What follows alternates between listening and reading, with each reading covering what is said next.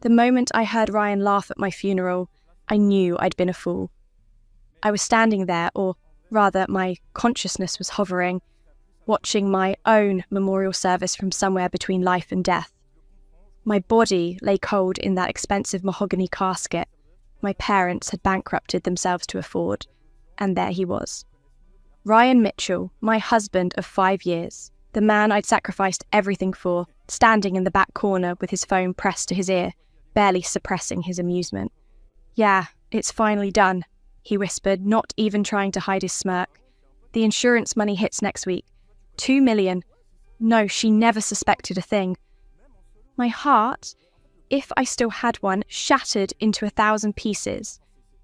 Victoria Hastings, his secretary, the woman I'd welcomed into our home countless times, materialised beside him. She kissed his cheek. "We can finally be together, baby. No more sneaking around, and with her family's company, shares transferring to you as her widower." I wanted to scream. I wanted to tear them apart, but I was already dead. Dead at 28 from what the doctors called a tragic accident, a fall down the stairs in our penthouse. Except it wasn't an accident. The memory came flooding back with cruel clarity. Ryan's hands on my shoulders, the calculated push, my body tumbling, bones cracking against marble. This was the man I dropped out of university for. The man I'd convinced my father to hire at our family's pharmaceutical company, despite having no qualifications.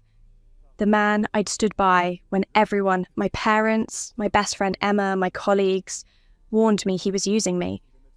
They'd all seen what I refused to. Ryan had never loved me. He'd loved my family's money, our status, the life I could provide, and I'd been so blinded by love that I'd handed him everything on a silver platter, including the keys to my destruction. My parents stood at the front row, destroyed. My father had aged a decade in the week since my death. My mother couldn't stop crying. They'd lost their only daughter and they didn't even know it was murder. The rage inside me was volcanic.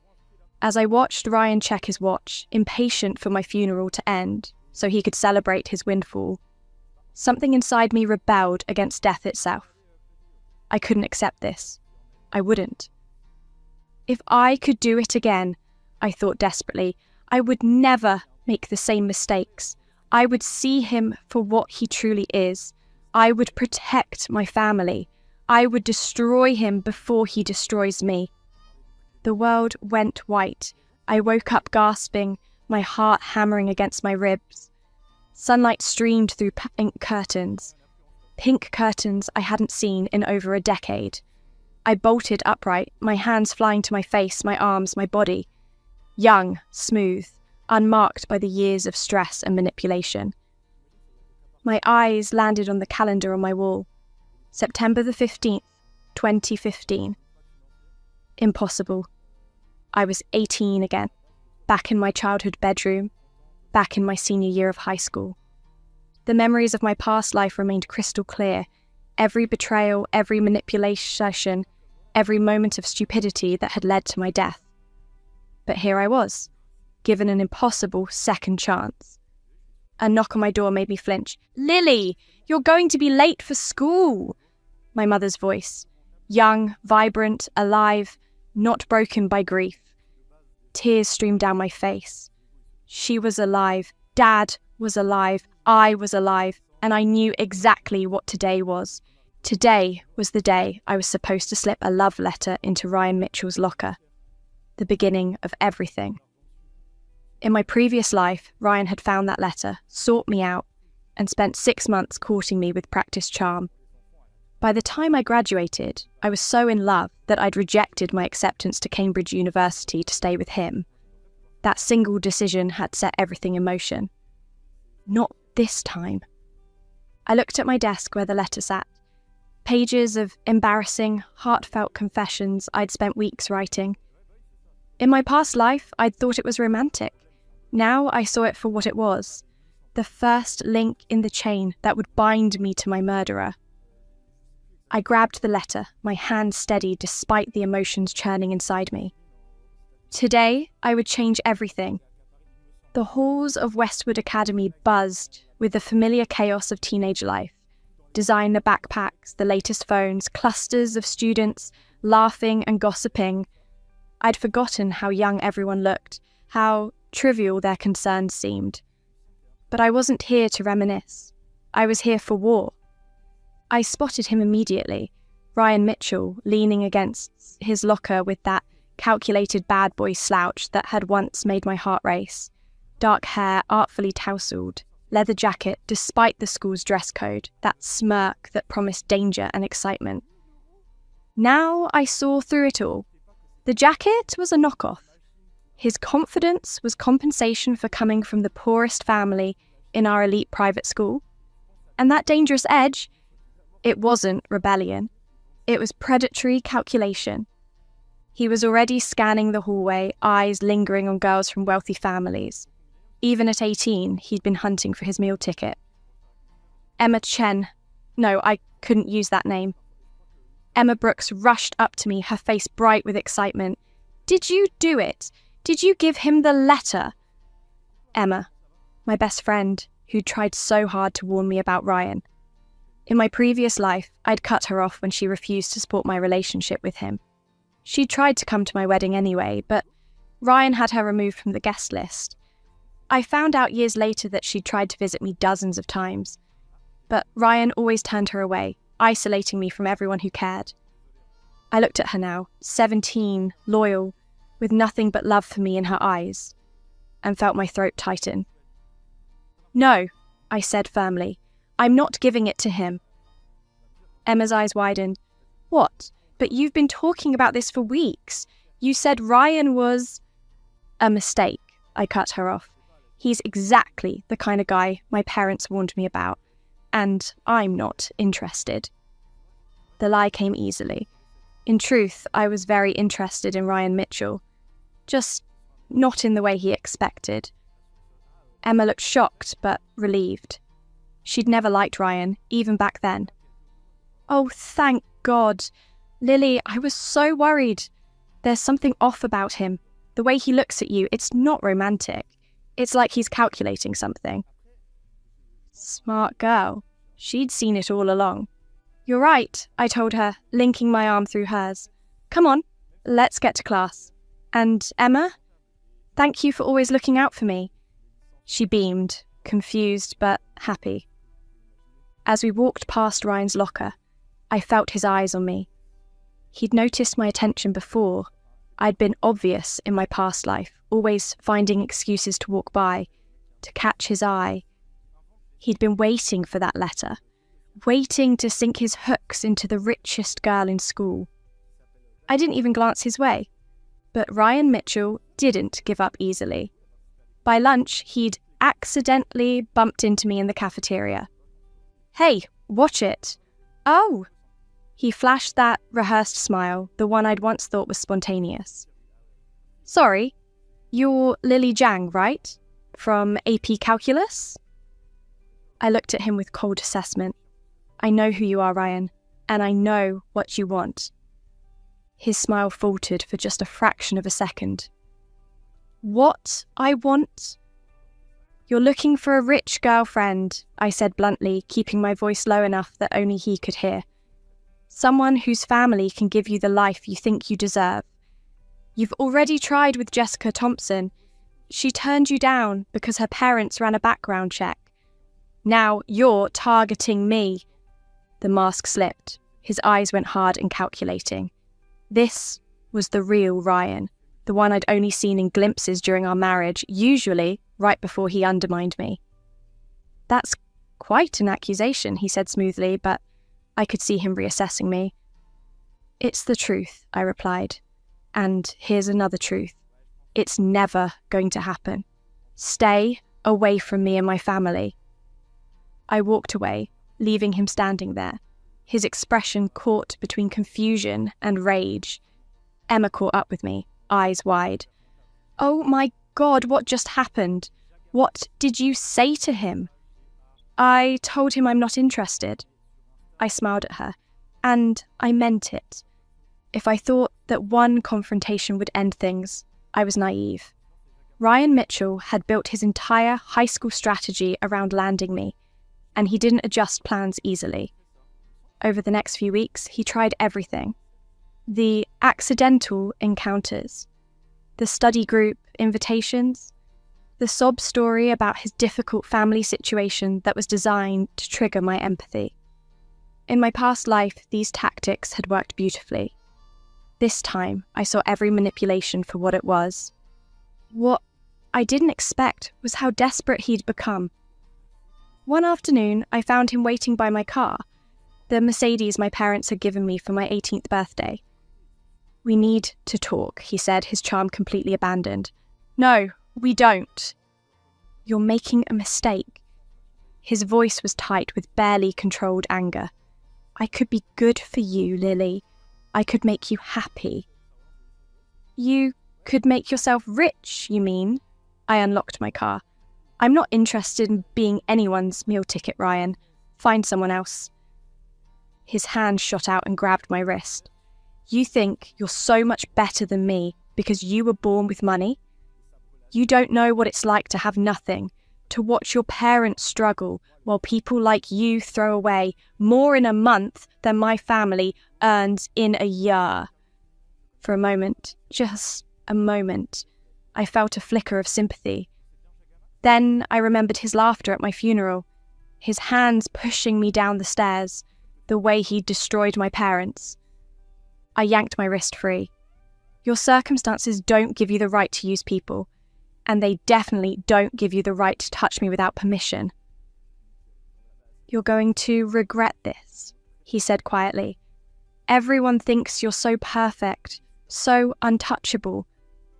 But I see the real you, and I could ruin you." "Try it," I said coldly. "See what happens when you come after someone who knows every move you're going to make before you make it." He stepped back, something like fear flickering across his face. "What does that mean?" But I was already in my car, driving away, watching him shrink in my rearview mirror. I thought that would be the end of it. I was wrong. 2 days later, Emma came running up to me before first period, her face pale. "Lily, have you seen what people are saying online?" My stomach dropped. "What?" She showed me her phone. Someone had created a fake social media account in my name and was posting increasingly disturbing content. Claims that I'd been bullying scholarship students, that I'd paid for my grades, that I'd had inappropriate relationships with teachers. Every post was designed to destroy my reputation, and they were all being shared and commented on by half the school. Ryan Mitchell's revenge. In my past life, I would have panicked. I would have let him comfort me through the crisis he'd created, positioning himself as my hero. That's how predators worked. Create the problem, provide the solution, make yourself indispensable. But I wasn't the naive girl I'd been before. I was a 28-year-old woman with business experience and a decade of painful lessons under her belt. "Call my lawyer," I told Emma calmly, pulling out my phone. "His name is Mr. Peterson. Tell him I need a cease and desist prepared immediately, and I want school administrators and local police notified about cyberbullying and defamation." "Your lawyer?" Emma looked shocked. "Lily, is that really necessary? Maybe we should just handle it," I finished. "Trust me, Emma, this is exactly what needs to happen." While Emma made the call, I made my own. My father's head of IT security was someone I'd worked with extensively in my past life before Ryan had forced me to quit the family business. "David, it's Lily Jiang. I need you to trace the IP address of a fake social media account. Yes, I know I'm in high school. Just trust me on this." Within an hour, David had traced the account to a computer at the public library, specifically to a session accessed using Ryan Mitchell's library card. Amateur. By the end of the school day, Ryan was called to the principal's office along with his parents. I was there too, with my parents, Mr. Peterson, our lawyer, and a detective from the local cybercrime unit. Ryan's face went white when he saw the evidence. He tried to deny it, tried to claim his library card had been stolen. but the library's security cameras showed him clearly at that computer, creating those posts. "This is cyberbullying, defamation, and harassment," Detective Morrison said grimly. "Young man, you're looking at serious consequences." "I didn't mean anything by it." Ryan's composure finally cracked. She's been stuck up, acting like she's too good for me, and I wanted to teach her a lesson." His mother gasped. His father looked crushed. "Teaching someone a lesson through systematic harassment and lies?" Mr. Peterson's voice was ice. "That's not youthful indiscretion. That's calculated malice." Ryan turned to me, his eyes pleading now, all his careful mask stripped away. "Lily, please, tell them you don't want to press charges. I'll apologise. I'll leave you alone. I'll transfer schools. Whatever you want." I looked at him. Really looked at him. This boy who would grow into the man who murdered me. This predator who'd been planning to use and destroy me for his own gain. "No," I said simply. "You need to learn that actions have consequences, that people aren't toys for you to manipulate when you want something, and that no amount of charm or sob stories will protect you when you hurt others deliberately." The principal cleared her throat.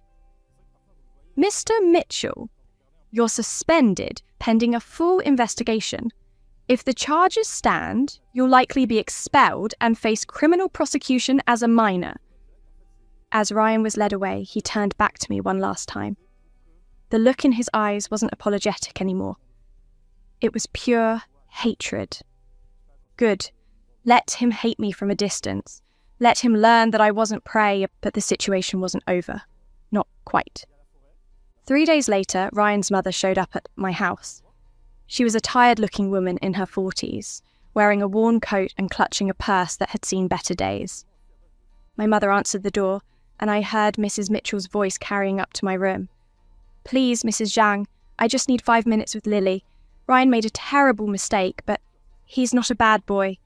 Our family, we can't afford for him to get expelled. His scholarship is his only chance at a future." Part of me, the part that had once been kind and empathetic, wanted to help. But I remembered Ryan's laughter at my funeral. I remembered Victoria Hastings talking about the insurance money. I remembered my parents' devastated faces. I walked downstairs. "Mrs. Mitchell, I'm sorry you're in this situation." Hope flickered across her face. "Then you'll drop the charges? You'll tell the school it was just a misunderstanding?" "No," I said gently but firmly. "Your son didn't make a mistake.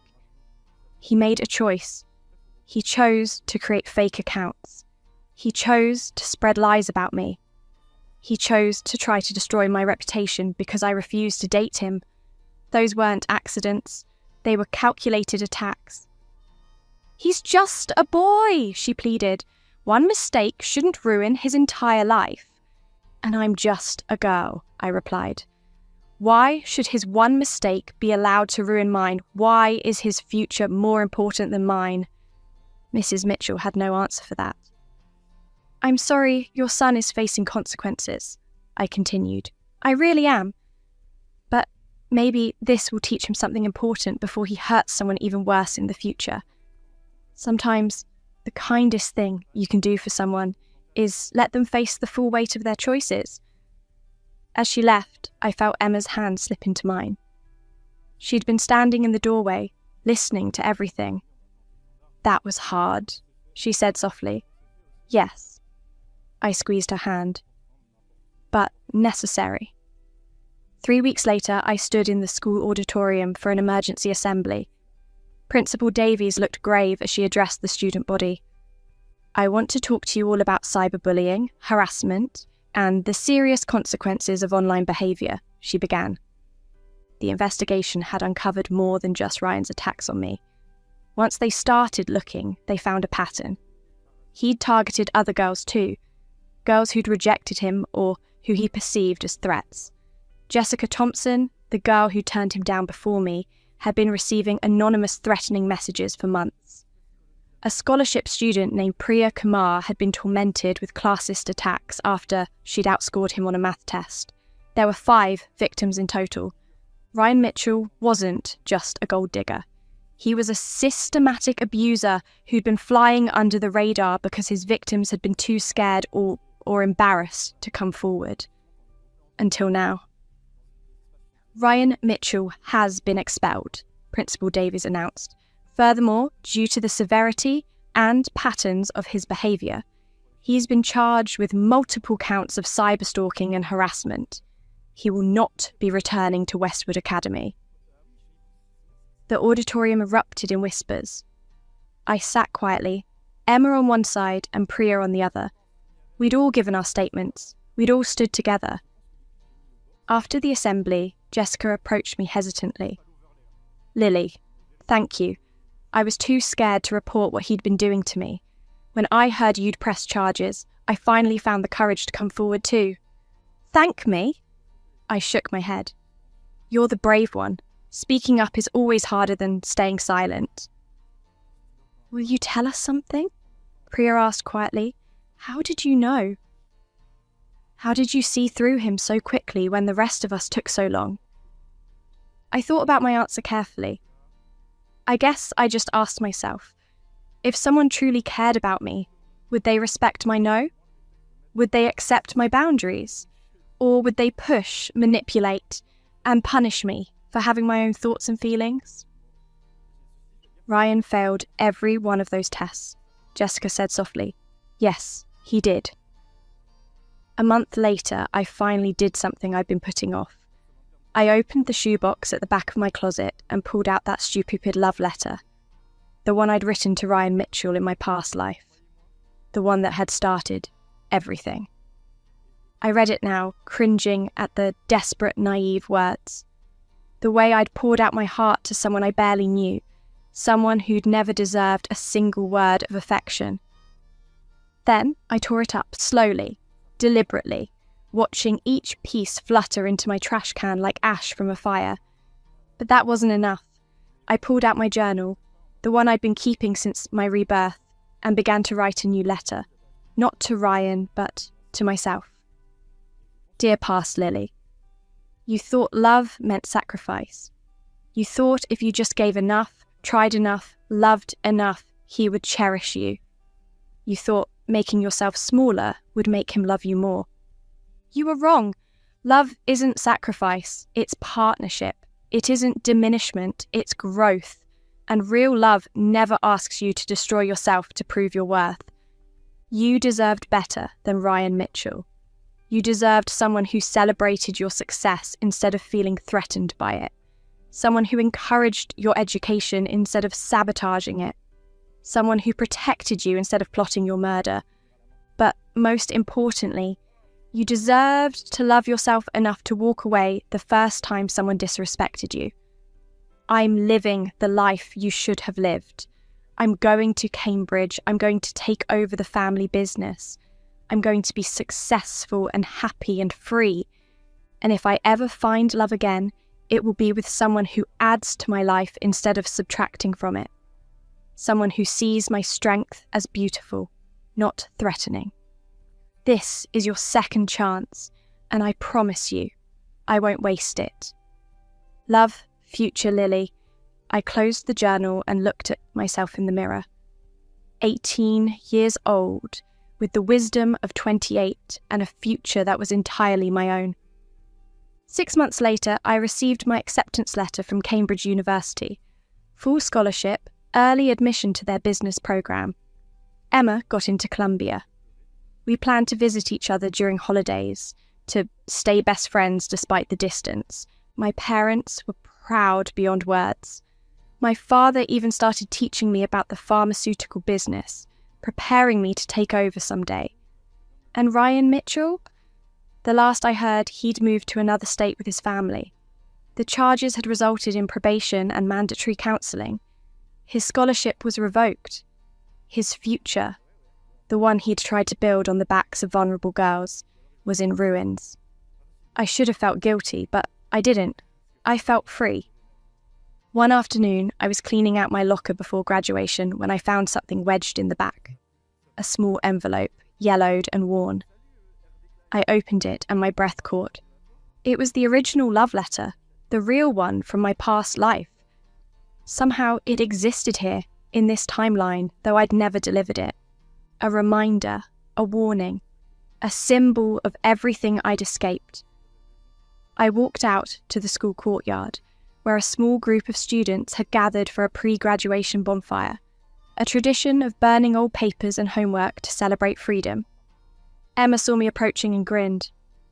"Got something to burn?" "Yeah." I held up the letter, something that should have burned a long time ago. I walked to the fire and held the letter over the flames. For a moment, I saw it all again. The naive girl I'd been, the monster I'd almost married, the life that had ended in murder and betrayal. Then I let go. The letter caught fire, curling and blackening until it was nothing but ash rising into the sky. "What was that?" Emma asked. "A mistake I never made," I said, smiling. "In this life, anyway." She linked her arm through mine and we watched the fire together, two best friends on the edge of a future full of possibility.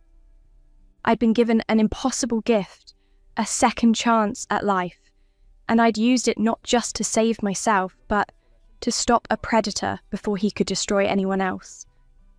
Some people might call it revenge. I called it justice, and it felt like freedom. Epilogue. 5 years later, I stood in my corner office at Jung Pharmaceuticals, looking out over the city skyline. Cambridge had been everything I dreamed of and more. I'd graduated top of my class, built relationships with industry leaders, and returned home ready to help my father expand the business. We'd grown by 40% in just 3 years. I'd spearheaded our expansion into affordable medications, creating programs that helped low-income families access life-saving drugs. The business was thriving, and more importantly, it was doing good. Emma had become a successful journalist, recently winning an award for her investigative series on domestic violence. We still talked every week, still visited each other whenever we could. My parents were healthy, happy, and proud.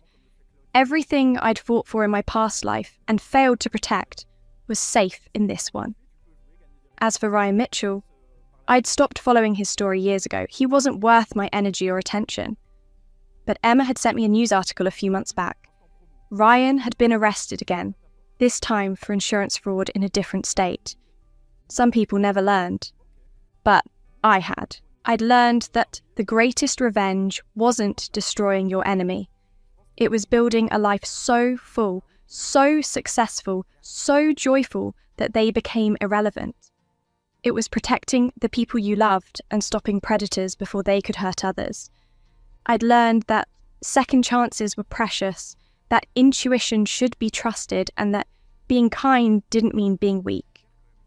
Most importantly, I'd learned that I didn't need a love letter to define my worth. I didn't need someone else's validation to know I was valuable. I was Lily Zhang, daughter, friend, CEO, survivor, and I'd rewritten my own story, one choice at a time. The love letter I once wrote to Ryan Mitchell no longer existed in any timeline that mattered. Because in this life, the only person I needed to love, truly love, was myself. And that was the sweetest revenge of all.